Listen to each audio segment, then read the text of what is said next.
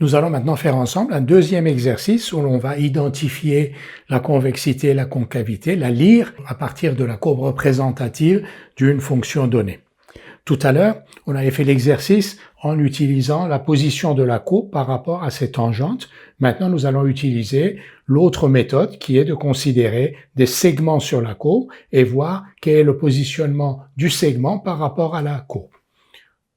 Donc voilà la courbe représentative d'une fonction f qui est définie sur -1, 3, et donc ça c'est la courbe représentative c de cette fonction, et on nous demande de lire là où la fonction f est convexe et là où elle est concave.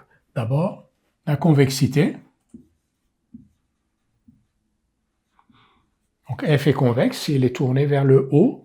Quand elle est tournée vers le haut, ce qui est par exemple le cas ici entre -1 et 1, quand vous prenez deux points A et B de la courbe, le segment AB est au-dessus de la courbe C. Si j'avais pris C et D ici, le segment CD serait au-dessus de la courbe C.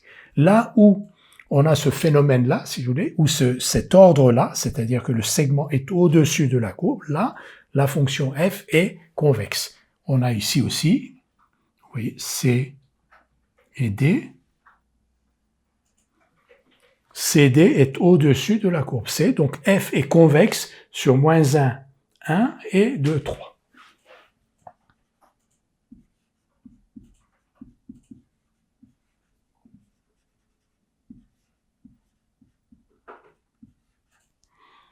Il reste le segment 1, 2, et vous voyez que là, quand je prends deux points E et F,